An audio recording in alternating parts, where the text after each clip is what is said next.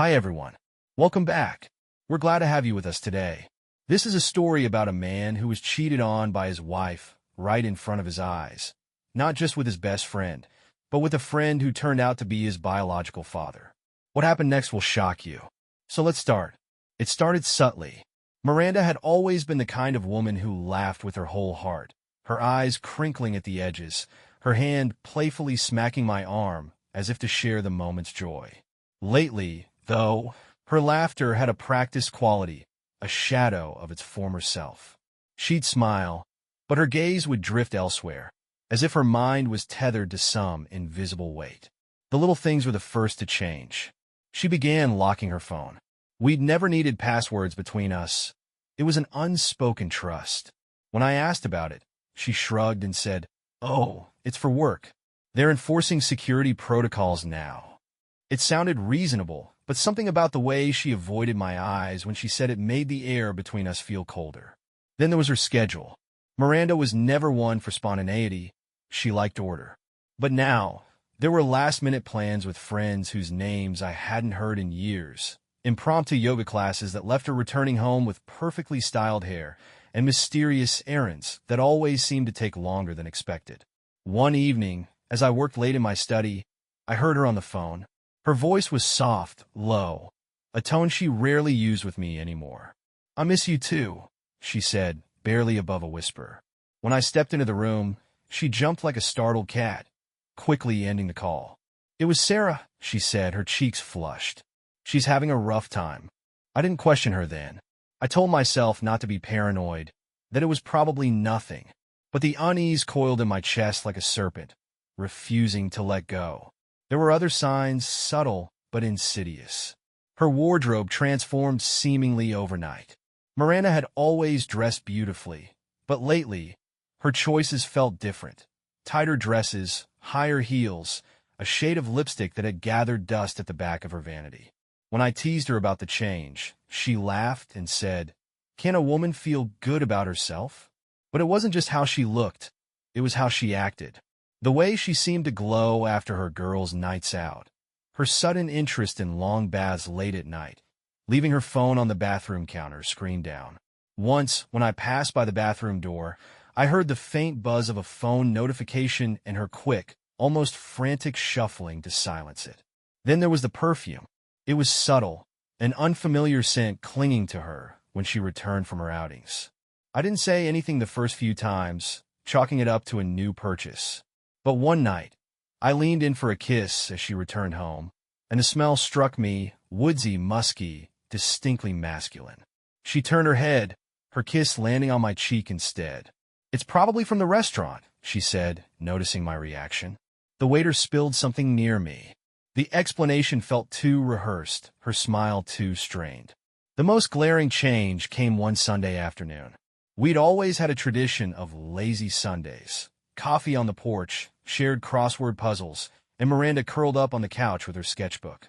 But now, she seemed distracted, her phone buzzing incessantly as she half-heartedly watched TV.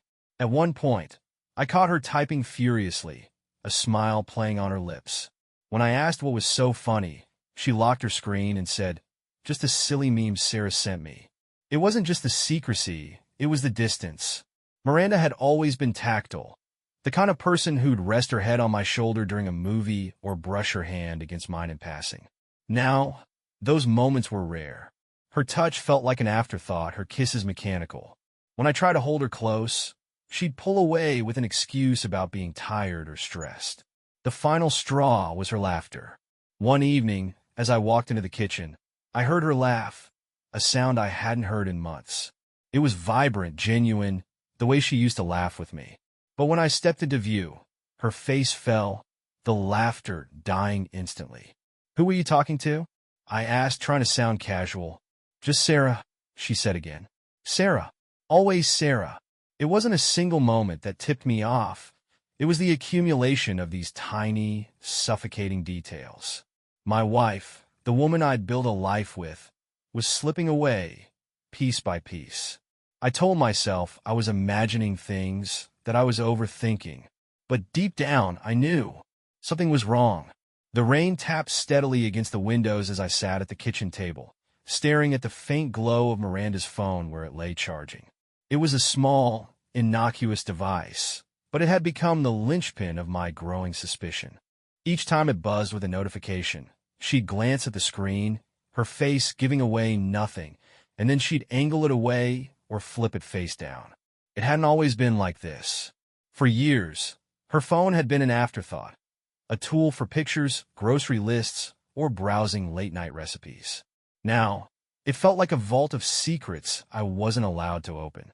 And tonight, as she prepared for another girls' night, that feeling gnawed at me like a festering wound. "Who's going tonight?" I asked casually, swirling the dregs of my coffee. She froze for half a second, a pause so brief I might have missed it if I weren't watching so closely. "Oh, just Sarah and a couple of the girls," she said, not turning around. "Sarah, huh?" I said, keeping my voice neutral. "You've been seeing a lot of her lately." Miranda shrugged, the lines of her shoulders stiff. "She's going through some things. You know how it is?" I nodded, though I didn't know how it was. "Not anymore." Miranda had grown more distant with every passing week, her warmth replaced by a cool, practiced indifference. It was as if someone had hit a dimmer switch on the light she once carried, leaving me fumbling in the shadows. As the door clicked shut behind her, I sat in the silence she left behind, my thoughts swirling. I couldn't keep pretending everything was fine. Something was wrong, deeply, undeniably wrong. The next day, I decided to act. Not the reckless, jealousy-fueled kind of action I might have taken in my younger days, but something calculated. If there was a truth Miranda wasn't telling me, I was going to find it. I started by asking around. Sarah was my first call. She and Miranda had been close for years, though I'd always felt like an outsider in their friendship. "Hey, Sarah," I said, trying to sound casual. "Just wanted to check in. Miranda's been spending a lot of time with you lately, hasn't she?" There was a long pause on the other end of the line. Yeah, sure," Sarah said, her voice tight. "Is everything okay?" I pressed. She seemed distant. "Everything's fine, Mike. She's just busy. You know how life gets." Her tone was dismissive, but I caught the slight edge of discomfort in her words. Before I could dig further, she excused herself, claiming she had to go. Strike one. I tried another route. A few days later, I stopped by Miranda's office unannounced. It was lunchtime, and I figured I'd take her out to eat, an innocent enough excuse. When I arrived, her assistant greeted me with a look of surprise. "Oh, hi, Mike. I didn't know you were stopping by." "Neither did Miranda," I said with a smile. "Thought I'd surprise her." "Is she around?" The assistant hesitated. "She actually left early today. She said she had some errands to run." "Errands?" I repeated, the words sour in my mouth. "Did she mention where?" "No, she didn't." Her vague response left me with more questions than answers. As I walked back to my car, the familiar knot of unease in my chest tightened. Miranda was slipping through my fingers, and every attempt to grab hold seemed to make her drift further away. A breakthrough came weeks later, though it didn't feel like one at first. I ran into Chris, an old acquaintance, while grabbing coffee downtown. We caught up for a while, talking about work and mutual friends, until his words took a sudden, unexpected turn. "She and Alex seem close these days," he said casually, sipping his latte. My heart skipped a beat. "Alec?" I asked, my voice steady despite the turmoil inside. "Yeah, you know your friend Alec. I saw them at that wine bar on 5th a couple of weeks ago. Looked like they were having a great time." I felt like I'd been punched in the gut. Alec, my best friend, the man who'd stood beside me at my wedding, who'd seen me through some of the hardest years of my life. "They must have been catching up," I said, forcing a smile. Chris nodded, oblivious to the storm raging beneath my calm facade. "Probably. Anyway, good to see you, Mike." I watched him walk away, his words replaying in my mind like a broken record. The rest of the day was a blur. My mind raced as I pieced together fragments of conversations, glances, and interactions I'd brushed aside. Alec, the late-night calls, the excuses, the secrecy. It all pointed to him. I couldn't ignore it anymore. I had to know the truth. That night, as Miranda prepared for bed, I mustered the courage to confront her. "Can I ask you something?" I said, my voice calm but firm. She looked at me, her expression cautious. Of course. What's up? Are you seeing Alec? The question hung in the air like a blade poised to strike. For a moment, her face betrayed nothing. But then her eyes filled with tears, and her shoulders slumped. Mike, she whispered. No, I haven't. Why would you say that? Those words shocked me because I knew she was lying. I was confused, but it wasn't the end. It was just the beginning. The revelation didn't come with fireworks or dramatic fanfare. It came with the unassuming thud of a realization landing squarely in my chest. I couldn't stop thinking about Chris's words. Miranda and Alec. Together. The connection felt impossible at first, a grotesque mistake my mind refused to accept. Alec wasn't just my best friend. He was like a brother to me, the kind of man I'd trusted with secrets I wouldn't whisper to anyone else. The very thought of him betraying that trust left me nauseated. But the pieces were all there. Miranda's mysterious outings, her evasive answers, the distance growing between us like an impassable chasm. And Alec? He'd been quieter lately too, less present in our once-weekly calls, always busy with vague work commitments. I spent hours in the darkened living room that night, replaying every interaction, every moment in recent months that suddenly seemed like glaring clues. Had I missed it all because I didn't want to see? The next morning, I woke with a renewed sense of determination. I needed answers. No more guessing, no more doubting my instincts. The first step was Miranda's phone. She had showered and gone to the store, leaving her phone charging on the counter. It was a rare opportunity. Her new password was a barrier I hadn't dared to cross before, but this time I couldn't hold back. I grabbed the device and tried a few combinations. Birthdays, anniversaries, old passwords I remembered her using. Nothing. Frustration clawed at me as I tried again, each failure heightening my desperation. After the fifth attempt, I stopped. I couldn't risk locking myself out. But I had another idea. Her laptop was on the desk in the bedroom. She rarely used it, relying mostly on her phone for everything, but I knew she still synced some apps across devices. With a racing heart, I opened it. There was her messaging app. It was logged in, and the recent conversations popped up instantly. My hands shook as I scrolled through the names, scanning for Alec. But his name wasn't there. I almost gave up when I noticed a chat labeled Anna. The profile picture was generic, a landscape of a mountain, and I wouldn't have thought twice about it, except the messages inside weren't anything like what Miranda would say to her friend Anna. Can't wait to see you tonight, one message read. I miss you, said another. And then the kicker, I don't know how much longer I can keep this up without Mike finding out. I sat back in the chair, my breath catching in my throat. There was no question now. This wasn't just paranoia. It was real. I didn't confront Miranda immediately. I wanted more proof.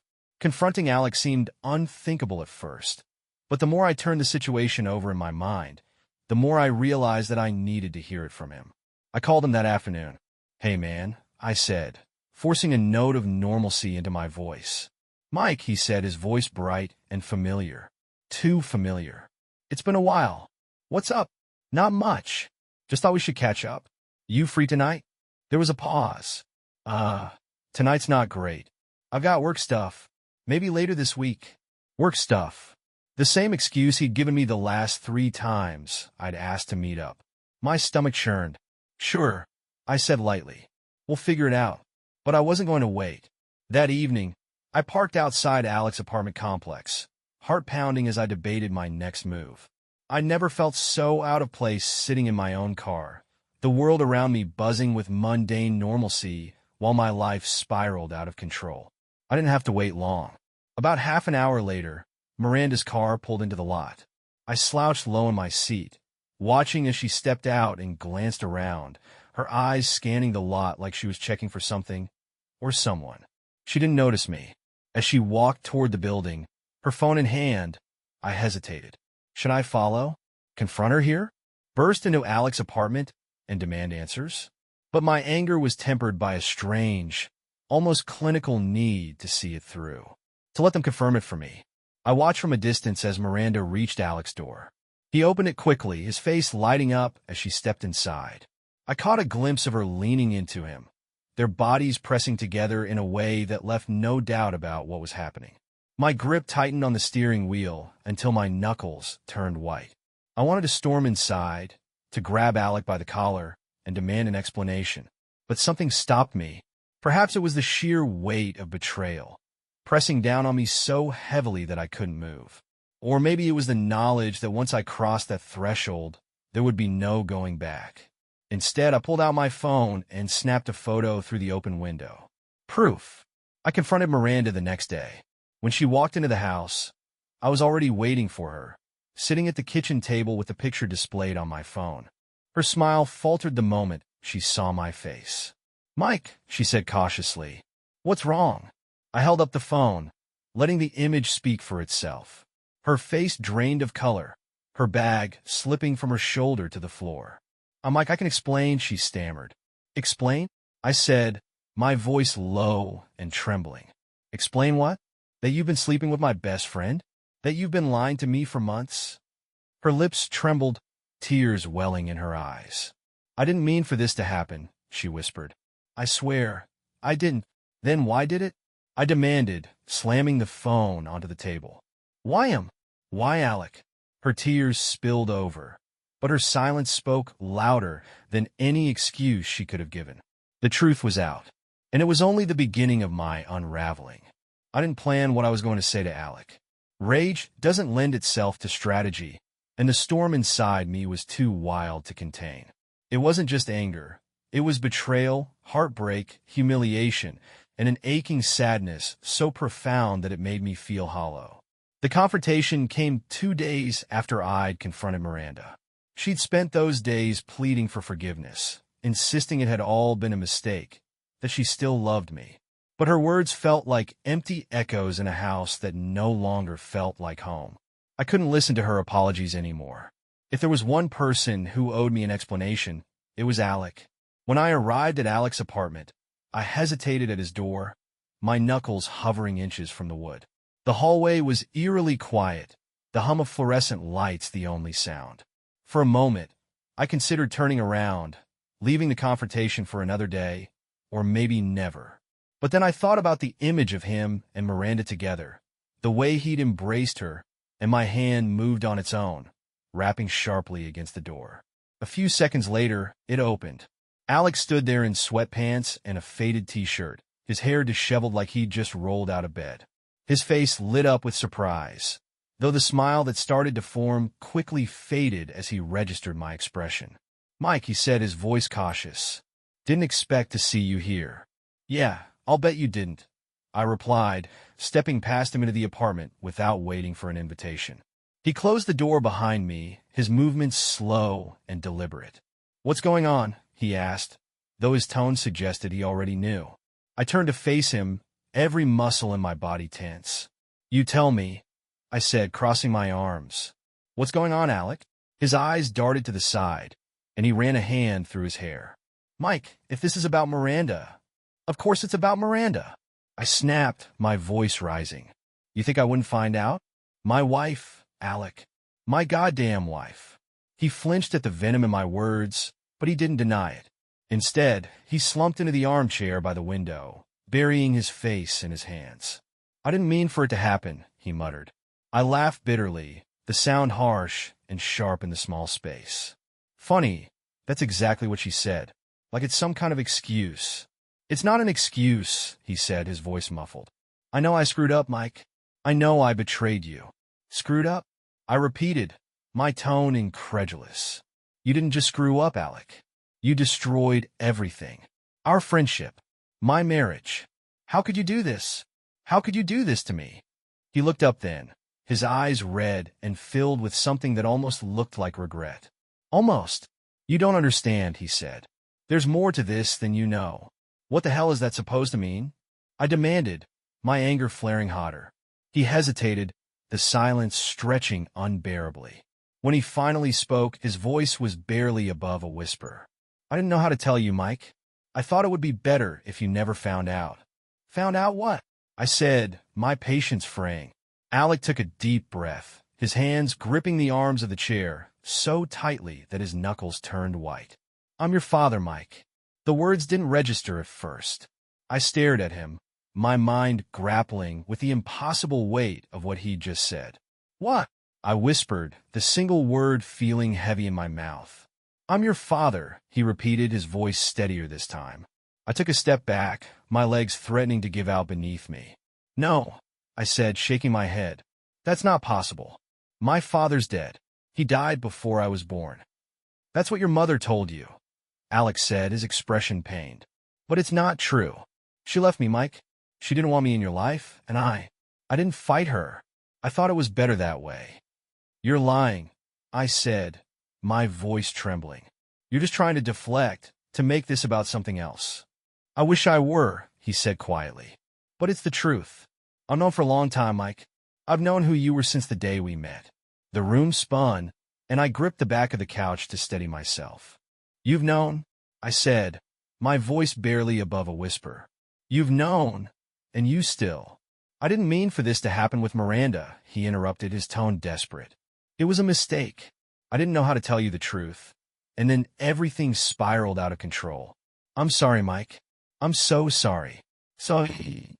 I repeated, my anger boiling over again. You don't get to be sorry, Alec. You don't get to destroy my life, and then apologize like that makes it better. You're a coward. He didn't respond, his head hanging low. I turned and stormed toward the door, the walls of the apartment closing in around me. I needed air, space, anything to escape the suffocating reality Alec had just dropped on me. As I stepped outside into the cool evening air, I realized something. The betrayal I'd felt before had only been the tip of the iceberg. Alec hadn't just taken my wife. He'd taken my sense of self, my history, my trust. And now I didn't know who I was anymore. The fallout was a storm, loud, chaotic, and devastating. I didn't go home immediately after leaving Alec's apartment. I drove aimlessly for hours, the city lights blurring into streaks of color through my tear-streaked windshield. His words echoed in my mind, relentless and unforgiving. I'm your father. I didn't know which betrayal hurt more, Miranda's infidelity or Alec's revelation. Together, they felt like an unstoppable wave, crashing over me and dragging me into the undertow. When I finally walked through the door of my house, Miranda was waiting for me. She sat on the couch, her knees pulled to her chest, her eyes red and swollen. She looked up when I entered, hope flickering briefly across her face before she saw mine. What did he say? She asked softly, her voice fragile. I threw my keys onto the counter with a metallic clatter, the sound startling in the heavy silence. What do you think he said? I snapped. Mike, please. He told me the truth. I cut her off, my voice rising. That he's my father. My father, Miranda. Did you know? Did you have any idea what you were doing? Or was it just some sick coincidence? Her face crumpled, fresh tears spilling over. I didn't know, she whispered. I swear, Mike, I didn't know. Do you expect me to believe that? I shouted, the rage boiling out of me in waves. You've lied to me for months. You've destroyed everything we built together. And now you want me to trust you. She broke then, sobbing uncontrollably. I didn't mean for this to happen, she choked out. I made a mistake, Mike. I know I did, but I didn't know who he was to you. I didn't. Stop, I said, my voice hard. Just stop. Her sobs quieted, but she didn't look at me. I stared at her, the woman I'd once loved more than anything in the world, and I felt nothing but a hollow, aching void where that love had been. The days that followed were a blur. Miranda moved out, taking only a few bags with her and leaving behind the wreckage of our life together. The house felt impossibly empty without her, every room a stark reminder of what had been lost. I didn't sleep much. Nights were the worst. Endless hours alone with my thoughts, replaying every moment, every lie, every time I trusted Alec or kissed Miranda. The weight of it crushed me, leaving me gasping for air in the dark. Friends started to notice. People reached out, concerned about my sudden silence, but I couldn't bring myself to tell them the truth. How do you explain something like this? My wife had an affair with my best friend, who turned out to be my father.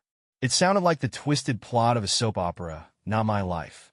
One afternoon, about a week after the confrontation, Miranda called me. Her number flashed on my screen, and for a moment, I considered ignoring it. But curiosity, or maybe some lingering, masochistic need for closure, won out. "What do you want?" I asked, my tone flat. I need to talk to you," she said, her voice trembling. "Please, Mike, just give me 5 minutes." I sighed, pinching the bridge of my nose. "Fine, 5 minutes." We met at a park, neutral ground where the weight of our shared memories couldn't smother me. Miranda looked different, smaller, somehow, as if the guilt had physically shrunk her. "I'm sorry," she said, the words tumbling out as soon as she sat down beside me on the bench. "I know that doesn't fix anything, but I need you to know that I am. For everything." I stared straight ahead, watching children play on the swings. "What do you want from me, Miranda? Forgiveness? Because I don't think I can give you that." "I don't expect you to," she said quickly. I wanted to explain." I turned to her, my expression hard. "Explain what? That you slept with Alec because you were bored? Lonely? What excuse could possibly justify what you've done?" She flinched but held her ground. "It wasn't about you," she said quietly. "It was about me. I felt lost, like I wasn't enough. Alec, he made me feel seen, but I know now that it was a lie. I was wrong, Mike, about everything." Her honesty, raw and unfiltered, cut through my anger. But it didn't make the pain go away. "You didn't just hurt me," I said. "You destroyed me. Us. And for what? Some fleeting feeling of validation?" She nodded, tears streaming down her face. "I know I can't undo it. I just needed you to know that I regret it. Every day." We sat in silence for a long time, the weight of her words hanging between us. Finally, I stood. "I appreciate your apology," I said, my voice cold. "But it doesn't change anything." Alec tried reaching out too. He left voicemails, long and rambling, trying to explain himself. I didn't listen to most of them. The sound of his voice made my skin crawl. One day, he showed up at my office unannounced. I spotted him through the glass wall of the lobby, and for a moment, I considered turning around and walking out the back door. But then our eyes met, and I knew I couldn't avoid him forever. "Mike," he said as I approached, his expression desperate. "Please, can we talk?" "There's nothing to talk about," I said, my voice icy. "Please," he repeated. "I need you to hear me out." I stared at him, the man who'd been my best friend, my confidant, my father. "You have 2 minutes," I said. He launched into an explanation, talking about my mother, about his regrets, about how he'd tried to stay away, but couldn't resist the pull of a friendship that had somehow led us back together. It all sounded hollow, like he was trying to make himself the victim in a story he'd written. When he finished, I looked him in the eye. "You didn't just betray me, Alec. You betrayed everything I believed in, and I can't forgive you for that." His face fell, but I didn't care. I turned and walked away, leaving him standing there in the middle of the lobby. The fallout wasn't just the destruction of my relationships. It was the destruction of who I thought I was. Miranda's betrayal was one thing, but Alec's revelation shattered my foundation. My identity, my history, my sense of self. It was all wrapped up in a lie I hadn't known I was living. It would take months, maybe even years, to rebuild. But one thing was clear. Neither Alec nor Miranda would be part of the life I was going to create. They were ghosts now, echoes of a past I was determined to leave behind. As I sifted through the wreckage of my life, one lingering question refused to let go of me. How had Alec known?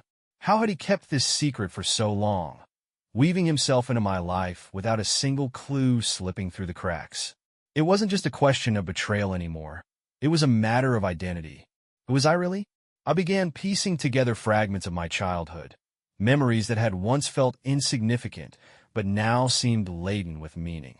My mother's reluctance to talk about my father, the vague answers she'd given me when I asked why he wasn't around.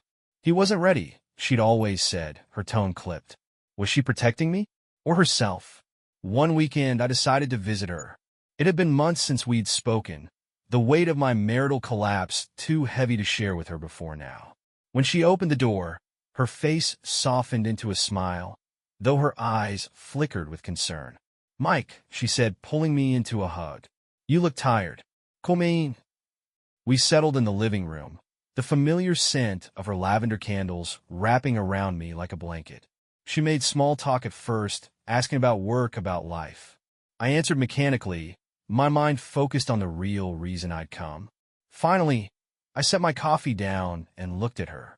"Mom, I need to ask you something, and I need you to be honest with me." Her smile faltered, the tension in her shoulders visible. "Of course. What is it?" "It's about my father," I said, the words feeling heavier than they should. Her face paled. "What about him?" "I know he didn't die before I was born," I said bluntly. "I know you lied to me." She stared at me, her hands trembling slightly as she set her mug down. For a moment, I thought she might deny it. But then she sighed, the weight of decades pressing down on her. "You're right," she said softly. "He didn't die." My chest tightened. "Then why did you tell me he did? Why did you keep him a secret?" Tears welled in her eyes as she folded her hands in her lap. "Because he wasn't the man I thought he was. When I told him I was pregnant, he didn't want you, Mike. He didn't want either of us. He said he wasn't ready to be a father, and he left." Her voice cracked, and she looked away, ashamed. "I thought it would be easier for you if you didn't know. I didn't want you to grow up feeling unwanted." My throat tightened as I processed her words. "Do you know where he is now?" She hesitated. "I heard he moved back to the city years ago. That's all I know." I nodded, my mind racing. I didn't tell her about Alec. I couldn't. Not yet. Starting over wasn't a decision I made. It was a necessity, like coming up for air after nearly drowning. The life I'd built, the people I trusted, the identity I'd worn like a second skin, it was all gone. Burned to ash in the fire of betrayal. At first, I didn't know where to begin. My house, once a place of comfort and warmth, felt haunted by the ghosts of what had been. The couch where Miranda and I used to share lazy Sundays now seemed like a crime scene. The kitchen, with its faint lingering scent of her favorite jasmine tea, was unbearable. Every corner of the house was a reminder of a life that no longer existed. I started small. The first thing to go was the bed. The one where we'd slept side by side for years, where I'd held her on cold nights and whispered dreams of our future. It felt tainted now, a monument to everything I'd lost. I hired a junk removal service to haul it away, watching from the porch as they carried it to the truck. It was cathartic in a way, a tangible first step toward reclaiming my space. But it wasn't enough. The next few weeks were a whirlwind of changes. I threw myself into renovating the house, stripping away anything that reminded me of Miranda. The floral curtains she'd picked out were replaced with simple blinds. The family photos that lined the hallway walls were taken down, leaving behind pale rectangles on the paint. I even tackled the yard, tearing up the garden she'd loved so much. It wasn't an act of spite, though some might see it that way. It was survival. Each plant I removed, each shrub I replaced felt like reclaiming a piece of myself. But it wasn't just the house I had to rebuild. It was my identity. I started therapy, though it took some convincing from my father, the man who raised me, not Alec. "You can't carry this alone, Mike," he said one night over the phone. His voice was steady, comforting, a lifeline I desperately needed. My therapist, a woman named Dr. Harper, was the first person I told the full story to. She didn't flinch when I spilled everything, the affair, the lies, the revelation about Alec. She just listened, her expression calm but compassionate. "You're grieving," she said after I finished. "Not just the loss of your marriage, but the loss of who you thought you were." The words hit me hard because they were true. I wasn't just mourning Miranda. I was mourning the man I'd been before this all happened. The husband, the friend, the son. Therapy became a cornerstone of my recovery. Dr. Harper helped me untangle the mess of emotions that had taken root in my chest. Anger, sadness, betrayal, guilt. She taught me how to sit with those feelings, to acknowledge them without letting them consume me. She also encouraged me to explore who I was outside of my relationships. "What makes you happy, Mike?" she asked during one session. "What did you enjoy before all of this?" It was a simple question, but one I struggled to answer. My life had revolved around Miranda for so long that I'd forgotten what it meant to live for myself. I started reconnecting with old hobbies, rediscovering pieces of myself I'd lost along the way. Photography, something I'd loved in college, became a new outlet. I spent hours wandering the city with my camera, capturing the world through a lens that felt different now, sharper, more intentional. I also joined a local cycling group, trading my car for long rides through winding trails. The physicality of it, the wind rushing past me, the rhythmic push of pedals, it was freeing in a way I hadn't expected. Moving forward didn't mean forgetting, though. The scars were still there, raw and visible, but they became a part of me rather than a burden I had to carry. One evening, I came across a box of keepsakes from my marriage, photos, ticket stubs, little notes Miranda had written me over the years. For a moment, I considered throwing it all away, but then I stopped. Those memories weren't just hers.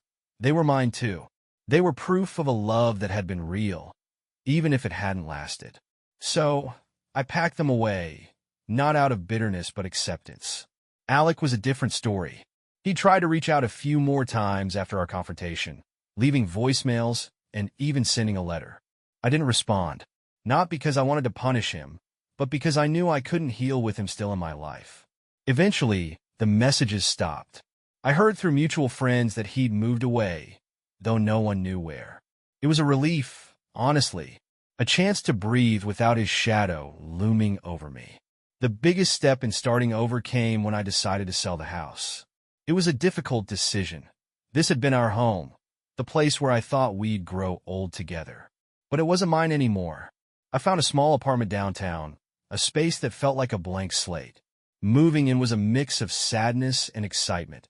Each box unpacked a reminder that I was beginning something new. The first night there, I stood by the window, looking out at the city lights. For the first time in months, I felt a glimmer of hope. Starting over wasn't easy. It wasn't linear. There were days when the weight of it all threatened to crush me, when I questioned whether I'd ever truly move on. But there were also moments of clarity, of light breaking through the darkness.